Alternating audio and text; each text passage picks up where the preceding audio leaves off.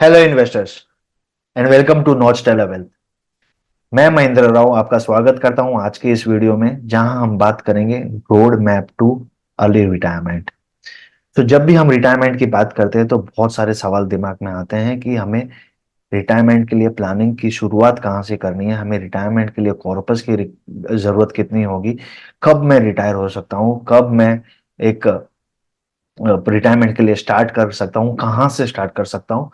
तो आज की इस वीडियो में हम डिस्कस करेंगे कुछ फैक्टर्स जो आपको कंसीडर करने हैं ताकि आप जल्द से जल्द रिटायर हो जाएं। So let me start with the presentation for today and hope you get a note of the factors that you should be considering to retire early. तो बहुत सारे पॉइंटर्स है जो आपको ध्यान रखने हैं आपको जल्द से जल्द रिटायर होने के लिए। सो let me share my screen.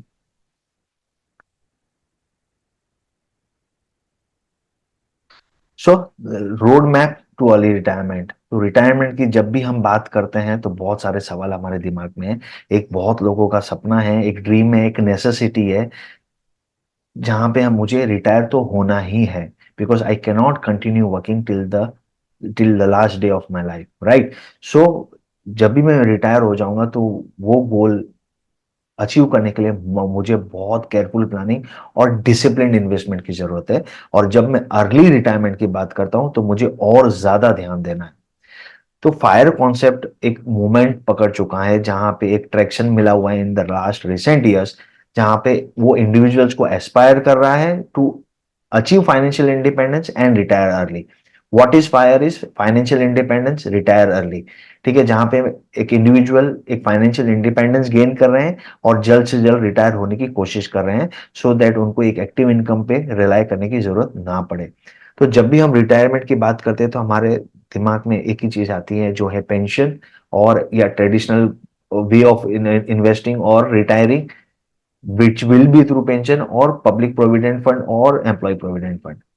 But अगर आपको जल्द से जल्द रिटायर होना है, जल्द से जल्द फाइनेंशियल इंडिपेंडेंस गेन करना है, देन एक ऑल्टरनेटिव रूट लेने की जरूरत है, जो आप म्यूचुअल फंड्स या फिर डायरेक्ट इक्विटी या इक्विटी इन्वेस्टमेंट से आप अचीव कर सकते हैं।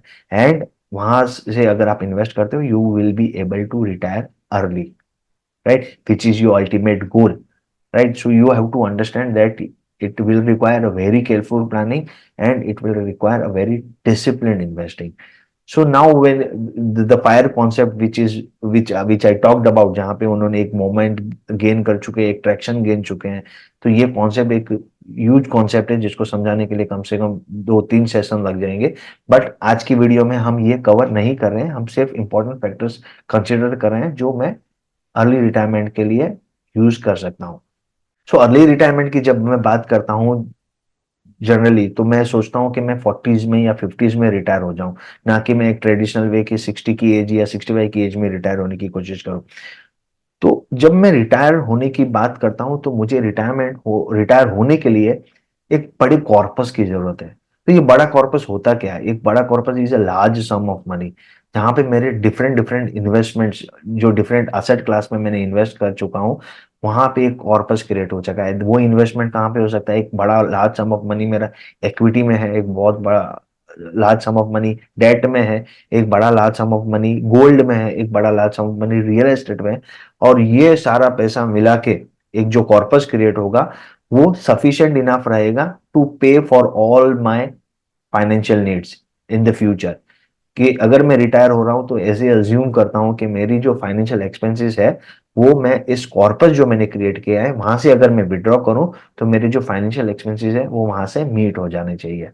तो ये फाइनेंशियल पर्सपेक्टिव से अगर मैं देखूं तो मैं एक 45 की एज पे अगर बैठा हूं और मैं फाइनेंशियल इंडिपेंडेंट हूँ, मैं रिटायर हो चुका हूँ अर्ली लाइफ में, तो मेरे पास इतना नेटवर्थ इतना वेल्थ क्रिएटेड है, जहां से मैं अगर हर महीने पैसे विड्रॉ करूं तो वो मुझे मेरे मंथली एक्सपेंसेस को फुलफिल करे और वो पैसा कम ना हो। अगर मेरा कॉर्पस एवरी ईयर अगर विड्रॉल के बाद कम हो रहा है, then again it is a factor to understand that it should not be reducing. क्यों? क्योंकि अगर मैं 45 पे अगर रिटायर हुआ और मैं 70 या 80 या 90 तक जिंदा रहा या अलाइव हूं, तो मुझे 40-50 ईयर्स तक का कॉर्पस चाहिए, जहां से मैं हर महीने मंथली एक्सपेंसेस विड्रॉ कर पाऊं। सो ये फैक्टर आपको ध्यान में रखना बहुत जरूरी है कि इतना बड़ा कॉर्पस आपको क्रिएट करना है that will help you to achieve monthly expenses for the rest of your life. So retirement की जब हम ट्रेडिशनल वे से बात करते थे, what was the retirement, it was somewhere around 60-65। So जब मैं 30 साल का हूं, मैं 25 साल का हूं या 35 साल का हूं, तो मेरे पास लॉन्गर टाइम होता है एक रिटायरमेंट कॉर्पस क्रिएट करने के लिए। तो यहाँ पे मेरे लिए बहुत ज्यादा कठिन हो जाता है to stay on track to achieve my retirement. 30 years is not a small time. So it is very important that you have to understand that it is very difficult to be on that path of financial freedom. So यहाँ पे आपको एक strategic approach apply करने की जरूरत है अगर आप अर्ली एज में रिटायर होने की कोशिश कर रहे हैं, राइट। सो अब हम बात करेंगे उन फैक्टर्स की जहां हम रिटायर अर्ली होने के लिए जो फैक्टर्स कंसीडर करेंगे। सो क्या क्या कंसीडर करना है आपको। So some factors that you need to consider is first, आपको आपके मंथली एक्सपेंसेस कैलकुलेट करने हैं। आपके आज के मंथली एक्सपेंसेस कितने हैं ये आपको कैलकुलेट करना है, तो आपको पता चलेगा कि फ्यूचर में आपके मंथली एक्सपेंसेस कितने रिक्वायर्ड रहेंगे। सेकंड, आपको ध्यान रखना है what is your current lifestyle, and आज की करंट लाइफस्टाइल से आप और बेहतर इंप्रूव करने की कोशिश करते हो या करना चाहते हो, that will also add to the factors that you will be considering while retiring, right? The third is आपकी जो भी इमरजेंसीज है उसके लिए आपने सेपरेट कहीं पे पैसे की व्यवस्था कर रखी है या नहीं। क्यों? क्योंकि अगर इमरजेंसी आई और आपने अगर रिटायरमेंट किटी से पैसे विड्रॉ कर लिए, देन ऑटोमेटिकली आपका रिटायरमेंट का जो गोल है वो ऑटोमेटिकली बढ़ जाएगा। अगर आप 45 में रिटायर होना चाहते हो, then you will not be able to retire at the age of 45. So you have to consider some amount for medical emergencies. Now you have to calculate the number of years which are there for your retirement. Considering an example कि आप आज 30 साल के हैं और आप सोचते हैं कि मैं 45 या 50 में रिटायर होना चाहता हूँ, तो मेरे पास समय कितना बचता है, which is 15 years and 20 years। Now I have a calculation in mind कि मुझे 15 साल तक पैसे इस प्रकार से सेव करने हैं कि मैं जब 45 का पहुंच जाऊं तो मेरे पास इतना कॉर्पस है कि मैं इजीली रिटायर हो सकता हूं। दूसरा फैक्टर जो आपको ध्यान में रखना है कि करंट वेल्थ कितनी है आपकी। कोई है जिसने आज जीरो से स्टार्ट कर रहे हैं, कोई है जिसके पास ऑलरेडी 5 लाख रुपए का इन्वेस्टमेंट है, किसी के पास 25 लाख रुपए का इन्वेस्टमेंट।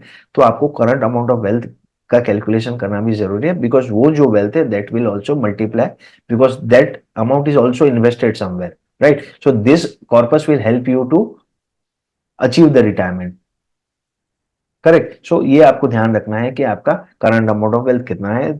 सबसे इंपॉर्टेंट फैक्टर्स ये सारे में रहेगा कि आपको इन्फ्लेशन का एक्सपेक्टेशन एक सेट करना है।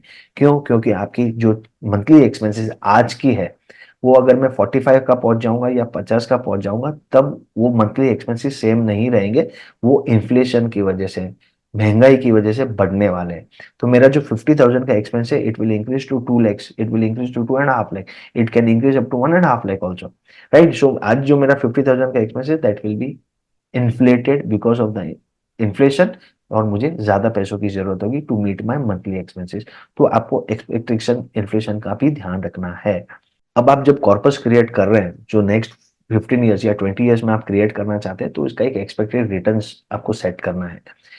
Generally 10 to 12% is a good range of returns from the overall portfolio, because this is the rate जो past में history में हमें मिला है in the last 15-20 years in across asset classes like gold, debt, equity and real estate। तो मेरी overall portfolio पे I can expect somewhere around 10 to 12% a decent rate of returns।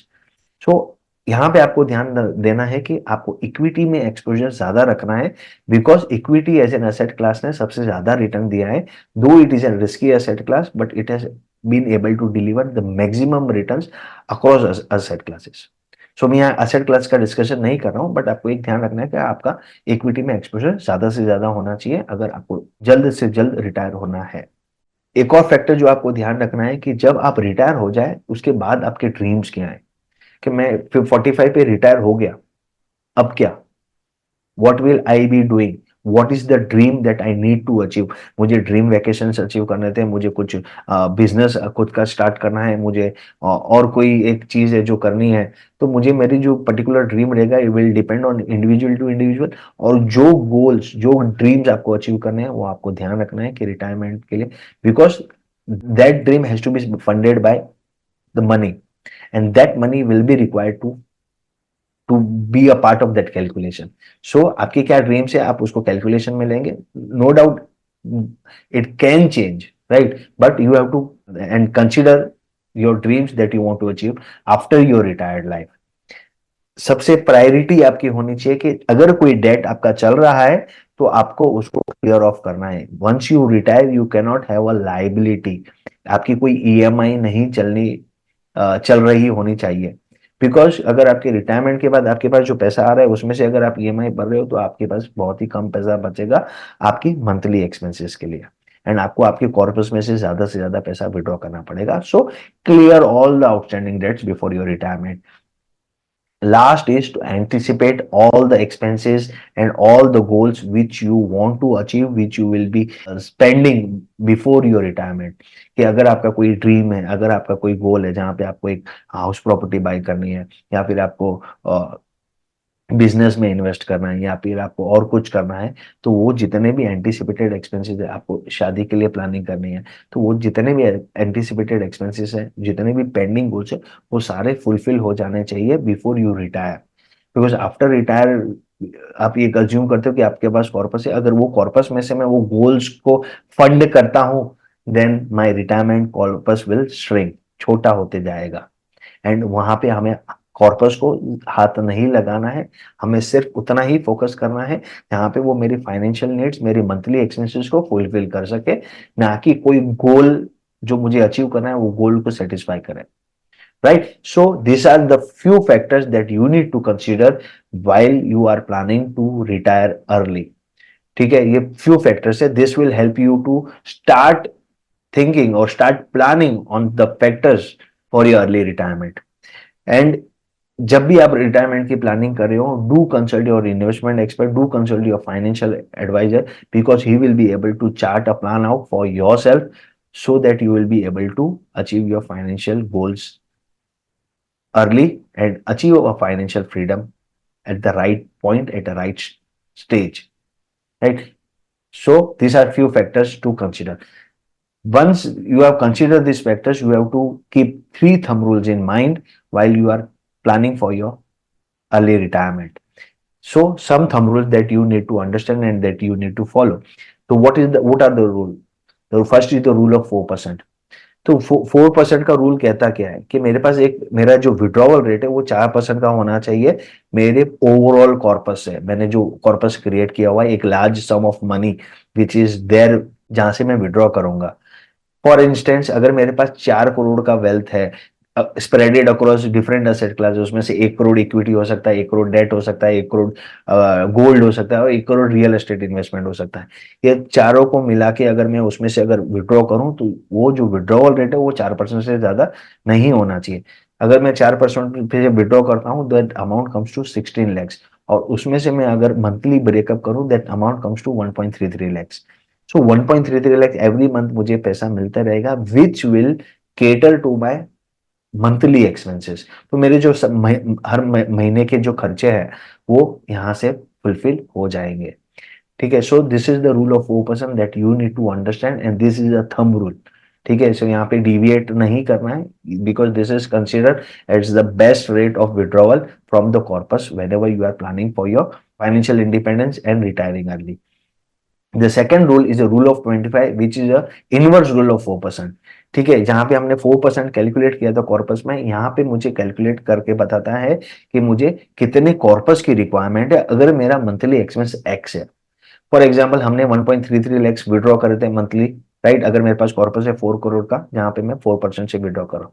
But यहाँ पे मैं एज्यूम करता हूँ कि मेरा मंथली एक्सपेंसिस 1 लाख। सो 1 लाख को मैं मल्टीप्लाई करता हूँ 12 से विच इज 12 months, तो ईयरली मुझे कितना पैसा रिक्वायर्ड है दैट इज 12 lakhs।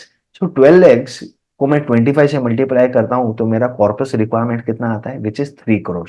सो अगर मेरा नेटवर्क 3 करोड़ का हो जाता है तो today if I have a 3 crore ka wealth and if my monthly expense is 1 lakh, I can retire today itself. Understood. So वैसे ही कैलकुलेट करना है कि मुझे जब मैं रिटायर हो रहा हूं तो मेरे पास उतना कॉर्पस होना चाहिए जो मेरा मंथली एक्सपेंस केटर कर सके. सो जब आप यंग इन्वेस्टर हो, जहां आप एस्पायर कर रहे हो टू रिटायर अर्ली, तो बहुत इंपॉर्टेंट, बहुत ध्यान रखने की जरूरत है कि आपकी करंट लाइफस्टाइल के कॉस्ट और आपके सेविंग्स रेट बहुत ही ज्यादा बेटर होने चाहिए. करंट लाइफस्टाइल के कॉस्ट काफी कंट्रोल्ड होने चाहिए, सेविंग्स के रेट काफी हाई होने चाहिए. जब भी आप कैलकुलेशन करो, एक रोड मैप क्रिएट करो, एक चार्ट क्रिएट करो रिटायरमेंट के लिए, तो आपको बहुत ही कंजर्वेटिव अप्रोच रखना है.